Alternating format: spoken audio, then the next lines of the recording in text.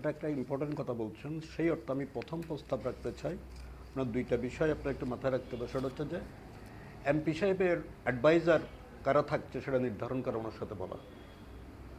কারণ বিগত দিনে আমরা অভিজ্ঞতা এমপি সাহেবকে মিসগাইড করে পটিয়ে যে ক্ষতিকর কাজগুলো করা হয় সেগুলো আউট অফ কন্ট্রোল হয়।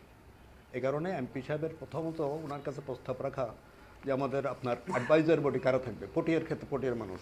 দুই হচ্ছে যে এমপি সাহেব যেন এই জিনিসটা মাথায় রাখে, উনি যেহেতু পটিয়ার বিষয় নিয়ে কথা বলবেন, উনি প্রতি 6 মাস পর পর যেন সব দলের মানুষ এবং শ্রেণী পেশার মানুষ নিয়ে একটা মত বিনিময় সবার আয়োজন করে, সবার সমস্যাগুলো শুনে। প্রধানত এই দুইটা প্রস্তাব আমার এমপি সাহেবের কাছে আপনাদের মাধ্যমে যদি আপনারা কথা বলবেন। আমি একটু সমস্যাগুলো খুব সংক্ষেপে নাটশেল বলতে চাই। এখানে সব সমস্যাগুলো উঠে এসছে, আমার খুব ভালো লাগছে সবাই সব সমস্যাগুলো মাথার মধ্যে রাখেন, ভাবেন। আমরা তো মনে করি আমরা নিজেরা রাজনীতি করি, রাজনীতির কারণ অনেকগুলো বিষয় নিয়ে ভাবি, কথা বলি। আর আমার যেগুলো আসছে আমি অত বিষয়ে যেতে পারবো না, কারণ আমার এই অভিজ্ঞতা আমার ধাক্কা মুটকি খেয়ে অভিজ্ঞতা যেমন বলে, আমি ফ্রম দ্য বিগিনিং 73 থেকে আমি পটিয়ায় রাস্তায় রাস্তায় আছি, এখনও নড়িনি, ঈশ্বরী নিয়েও। এবং প্রত্যেকটা বিষয়কে টাচ করে করে আমি যেহেতু এসেছি আমার কিছু এক্সট্রা অভিজ্ঞতা আছে, তো ওই লাইনে আমরা যেতে পারবো না। আমি খুব সংক্ষেপে সমস্যাগুলো এবং আমার প্রশ্নটা বলবো। প্রধান হচ্ছে এখন যে টোটাল পটিয়া পল্লী বিদ্যুৎ এবং পটিয়া পিডিবি দুইটা মিলে বিদ্যুৎ বিভাগ, এই বিদ্যুৎ বিভাগের সমস্যাগুলো খুব অ্যাকিউট। যে ওদের যে সংকটগুলো, আমি খুব বেশি ব্যাখ্যা যাব না, ওদের যে প্রথম হচ্ছে অথরিটির দুর্নীতি, এবং এখন যে কার্ড সিস্টেমে যে মিটারগুলো দিয়েছে ওগুলোর দুর্নীতি। তো এগুলো বন্ধ কিভাবে করা যায় এই ব্যাপারে যেন কর্তৃপক্ষের মধ্যে যে ভাবে, মানে এই ব্যাপারে ব্যবস্থা গ্রহণ করা।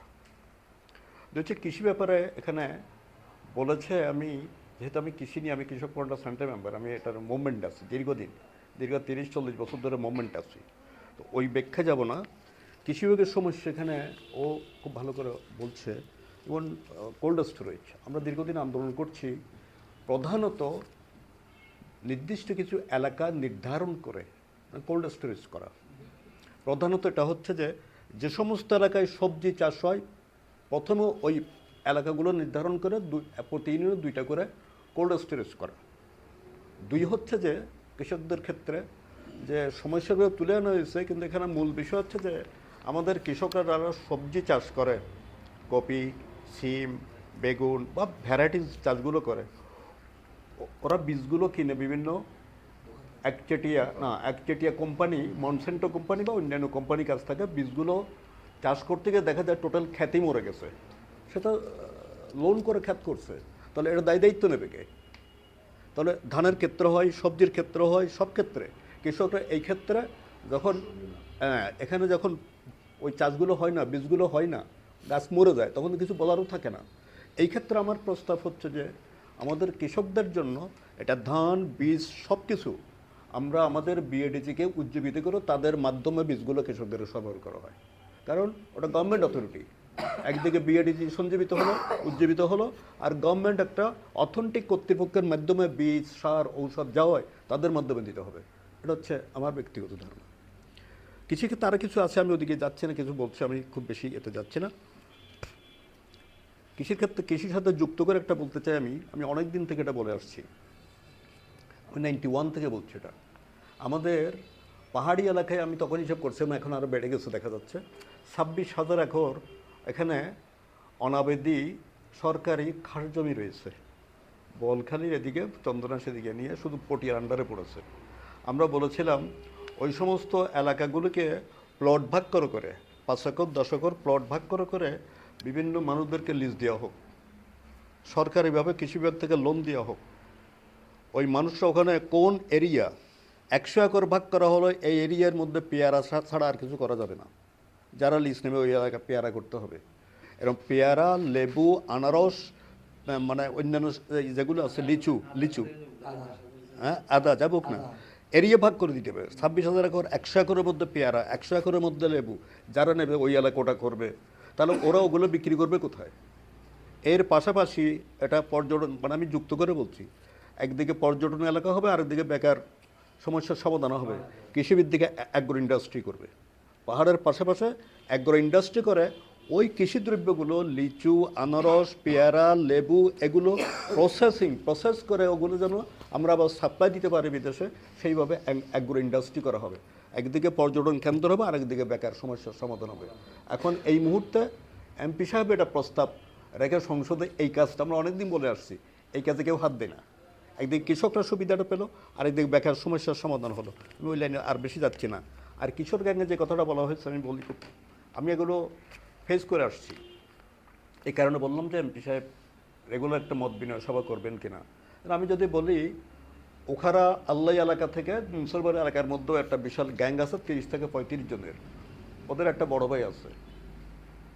আচ্ছা, এখানে খানমোহনার এই এরিয়ার বাদ দিয়ে এখানে এই থানার মোড় পর্যন্ত এদিকে ওয়াবদা রোড নিয়ে ওখানে একটা গ্যাং আছে প্রায় 30, 35, 40 জনের।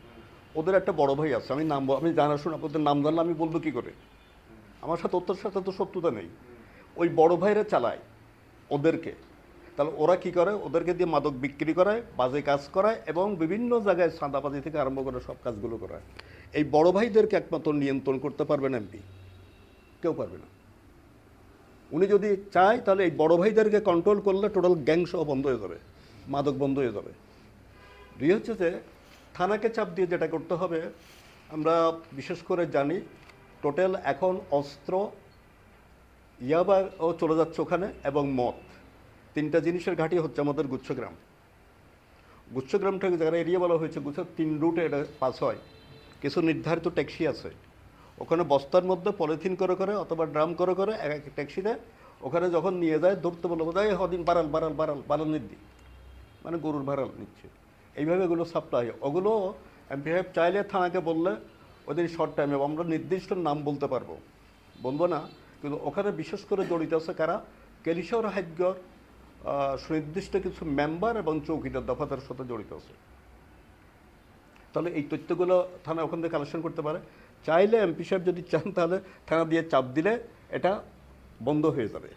তাহলে কিশোর গ্যাংয়ের ক্ষেত্র মানে যারা এগুলো করে এগুলো বন্ধ হবে। আর যেটা বলা হয়েছে এখানে কমপ্লেক্সে বলা হয়েছে, অনেকদিন আমরা বলছি কৃষকদের খেলাধুলার জায়গা নেই, ওরা এইসব মাদকে আসক্ত হবে না তো কী হবে, যাবে কোথায়? অথবা ঘরে বসে বসে অশ্লীল পণ্য আকৃষ্ট হচ্ছে মোবাইলের মধ্যে। এখানে মোবাইলের মধ্যে যে কোনো, আমি যেখানে ছোটো ছোটো বাচ্চারা দেখি ন্যাংটা মুন্টা মানুষের ছবি দেখে, মেয়েদের ছবি দেখে। তাহলে এরা তো কোনো খেলাধুলার জায়গা নেই। হ্যাঁ, ডে নাইট ওরা দেখছে কী বলে যে মোবাইল নিয়ে পড়ে আছে, খেলাধুলার জায়গা নেই, যাওয়ার জায়গা নেই। তাহলে এখানে আমাদের টোটাল পটিয়া সদরে এবং চারিদিকে মানে কি পরিমাণ খেলাধুলার ব্যবস্থা করা যায় এবং কেন্দ্রভিত্তিক পটিয়াতে একটা ক্রীড়া কমপ্লেক্স এটা প্রতিষ্ঠা করা, এর সাথে যুক্ত করে পটিয়া শিল্পকলা একাডেমিকে উজ্জীবিত করা, কার্যকর করা। পটিয়া শিল্পকলা একাডেমিতে আমি ব্যাখ্যা যাচ্ছি না, আলোচনা দীর্ঘ হবে। শিল্পকলা একাডেমি প্রতিষ্ঠিত সরকারিভাবে, আর সেখানে একজন ওখানে আর্টের টিচারকে 6 মাসে বেতন ঠিক মতন 200 টাকা করে বেতনও দেয় না। আমার মেয়ে তো ফাইন আর্টসের মাস্টার্স করছে, সে 3 বছর শিক্ষকতা করে এখনও পর্যন্ত 5 বছর আগে পর্যন্ত চলে গেছে, এখনও পর্যন্ত একটা অভিজ্ঞতা সার্টিফিকেট ওখান থেকে নিতে পারেনি। আমার মেয়ে জার্মান চলে যাচ্ছে, ওখানে সার্টিফিকেট প্রয়োজন, সেটাই নিতে পারেনি। মানে এটা হচ্ছে শিল্পকলা একাডেমি। সুতরাং এখন যেহেতু নতুন গভর্নমেন্ট আসছে, ওই শিল্পকলা একাডেমি যেহেতু সরকারিভাবে প্রতিষ্ঠিত, ওটাকে কার্যকর করে ওটার মাধ্যমে সেটাকে আমরা আরও বৃহৎ আকারে বড় স্কোপে কী কী কাজগুলো করতে পারি এই ব্যবস্থাটা করা। আর একটা হচ্ছে যে শিক্ষাক্ষেত্রে আমি একটু বলবো যে এখন অনেক আলোচনা আছে, এখন না বললেও না হয়। এটা এ কারণে এটা প্রথমে করতে হয় যে আমাদের শিক্ষা প্রতিষ্ঠানগুলো ঠিক করা হয়। প্রথমে এমপি সাহেবের কাছে আমার প্রস্তাব হচ্ছে আপনাদের মাধ্যমে কমিটিগুলো মনিটরিং করবে কে, আর দে তারা কারা? আরে 8 পাস মানুষ, ওই এ হেডমাস্টার, এ বিএড বা মাস্টার্স, উনি হেডমাস্টার, ওনাকে যদি বলো হেডমাস্টার কে ইউ, যদি কমিটি মেম্বার বলে তাহলে উনি শিক্ষকতা করবে কোথেকে? তাহলে ওই কমিটিগুলো ইয়ে করা। কারণ এমপি সাহেব এমন কিছু মানুষকে আগে আমার বিগত দিন যা দেখছি, এমন মানুষকে ওখানে সিলেকশন করে দেয়, ওরা গিয়ে মাস্টার শিক্ষকদের উপর খবরদারি করে, হেডমাস্টারের কাছে গিয়ে বলে দেয় আমাকে চাঁদা দেন। তখন হেডমাস্টারও প্রয়োজনে এখন ওই টাকা সে দেবে, বেতন থেকে দেবে, সে চুরি চামানি করতে হবে, দেবে, ডোন্ট মাইন্ড, এটা করতে হয়। উনি হেডমাস্টার, ইনি হেডমাস্টার, ঠিক আছে? তাহলে আমাদের কথা হচ্ছে যে এই কমিটিগুলো এখন কারা চালাবে? হয় কমপ্লিট প্রশাসন আন্ডারে যেতে হবে, না হলে এমপি সুনির্দিষ্ট প্রস্তাব তুলতে হবে। মনিটরিং কমিটিগুলোতে কোনো শিক্ষা প্রতিষ্ঠানের হেডমাস্টার স্কুল কাজের উপর কোনো হস্তক্ষেপ করতে পারবে না, এবং এই কমিটিগুলো মনিটরিং করা, এই ব্যবস্থাটা করতে হবে। এর সাথে যুক্ত করে পাবলিক বিশ্ববিদ্যালয়ে আমরা বলছিলাম পটিয়া কলেজটাকে একটু বর্ধিত আকারে নিয়ে, যে ওটাকে আমরা আরও ওইদিকে আমরা জায়গাও দেখিয়ে দিয়েছিলাম, আরও কিছু জায়গায় অ্যাকুইজিশন করে অধিগ্রহণ করে পটিয়া কলেজকে আমরা বিশ্ববিদ্যালয় করা যাবে না। যদি না হয় তাহলে পূর্ব হেডগের ওখানে বিশাল এলাকা নিয়ে আসে, আমরা একটা পাবলিক বিশ্ববিদ্যালয় ওখানে স্থাপন করা যায়। টোটাল কক্সবাজার পর্যন্ত ধরে আমাদের ব্যাপক ছেলে মেয়েদের এখানে পড়াশোনার একটা সুযোগ হয়। এই পাবলিক বিশ্ববিদ্যালয় স্থান নির্ধারণ করে এটা করা প্রয়োজন। আর আমি অনেক দিন বলে আসছি যে আমাদের ইন্দুরপুল এখন তো ব্যবসা বাণিজ্য অনেক কমে গেছে, তারপরে কিন্তু সম্ভব ওখানে বাইপাস হওয়ার কারণে ইন্দুরপুলে একটা মিনি পোর্ট তৈরি করা, ব্যবসা বাণিজ্যের এর জন্য একটা মিনি পোর্ট তৈরি করা। আমি অনেক দিন এটা বলছিলাম। আরেকটা কথা হচ্ছে যে আমি নিজে শারীরিকভাবে প্রতিবন্ধী হয়ে তো আমি তো মানুষের আন্দোলন সংগ্রামের থেকেও আমি তো নিজে সব কিছু মোকাবেলা করে আসছি। হয়তো সরকার থেকে হোক, ব্যক্তিগত কাছ থেকে কোনো সময় আমি কোনো সুযোগ সুবিধা ভাতা কিছু ধরে নিই। আমি দেখি এখন একটা প্রতিবন্ধী সংগঠন দাঁড় করিয়েছি। প্রতিবন্ধী এই মানুষগুলো একটা পরিবারের জন্য বিশাল বোঝা। এক হচ্ছে যে তাদের খাওয়া দাওয়া চলাফেরা এবং মানসিক গঞ্চনা। একটা পরিবার, একটা খোড়া মানুষ থাকলে, অন্ধ মানুষ থাকলে ওই পরিবারটা যে চারিদিকে মানসিক চাপের মধ্যে পড়ে, মানে যে চাপের মধ্যে থাকে, এতে মুক্তি পায় না।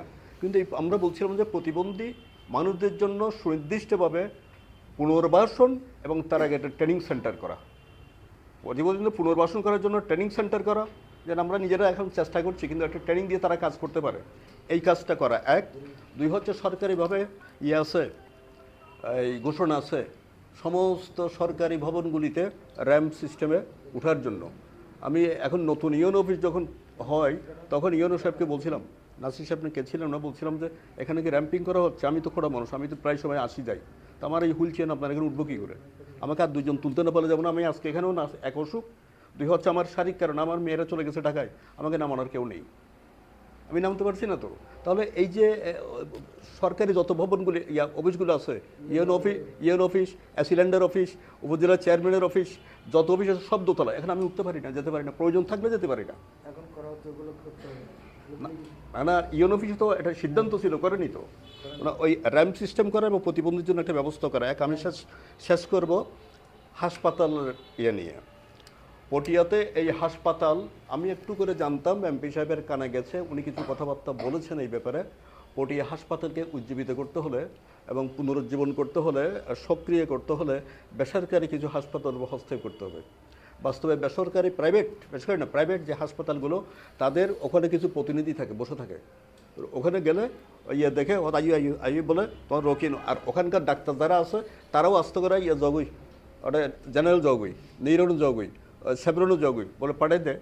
তাহলে এই কারণে এই প্রাইভেট হাসপাতালগুলোর কারণে আমাদের এখানে ভালো চিকিৎসাটা হচ্ছে না, ডাক্তাররা ভালো ট্রিটমেন্ট করছে না।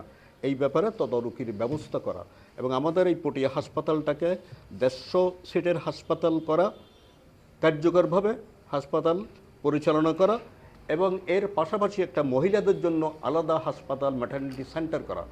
কারণ আমাদের এখানে পটিয়াতে যদি 6 লক্ষ মানুষ হয়, 3 লক্ষ মেয়ে, 3 লক্ষ মহিলাদের জন্য চিকিৎসা জায়গা কোথায় নেই। তারা কোনো পুরুষ ডাক্তারের কাছে যেতে চায় না, সব কথা বলতে চায়, এমনকি ঘরের ছেলে বা স্বামীর কাছেও অনেক সময় বলে না, রোগগুলো রেখে দেয়। তাহলে মহিলাদের জন্য হাসপাতাল এবং ম্যাটারনিটি সেন্টার তৈরি করা। আমি শেষ করছি পটিয়া আদালতের বিষয় নিয়ে। আদালত যেহেতু কথা আসছে, পটিয়া আদালত এখন এটা ব্রিটিশ আমলের আদালত, এখানে কিন্তু কেন যেন জানি না, এটা সিদ্ধান্ত হওয়ার পরও আদালত ভবনগুলি হচ্ছে না। কোর্টের মধ্যে ডকুমেন্টগুলো নিতে গেলে দেখা যায় অনেক সময় ডকুমেন্ট নষ্ট হয়ে গেছে, পাওয়া যাচ্ছে না, পানি পড়ে, এখনও পড়ে নষ্ট হয়ে যাচ্ছে।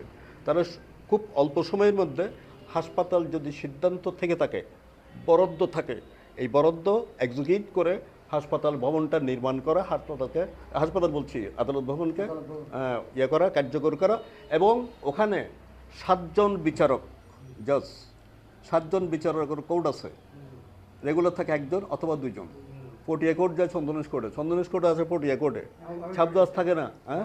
তাহলে এই 7 জন জজ, সহকারী জজ, সিনিয়র সহকারী জজ, যুগ্ম জেলা জজ, এই 3টা পদের জন্য 7 জন যারা আছে, এই ব্যবস্থা কি করা হবে এমপি সাহেব যেন সেই ব্যাপারে একটু ভাবে। আপনাদেরকে অনেক ধন্যবাদ। আমি একটু হ্যাঁ না, আদালত ওই সিদ্ধান্ত আছে ওদের আবাসিক ভবন করা, এই আদালত ভবন করা, তাহলে এটা করে না মানে সেই ব্যাপারে তাহলে বরাদ্দ যে আছে বরাদ্দ আছে কিনা আমরা তো জানি। আমি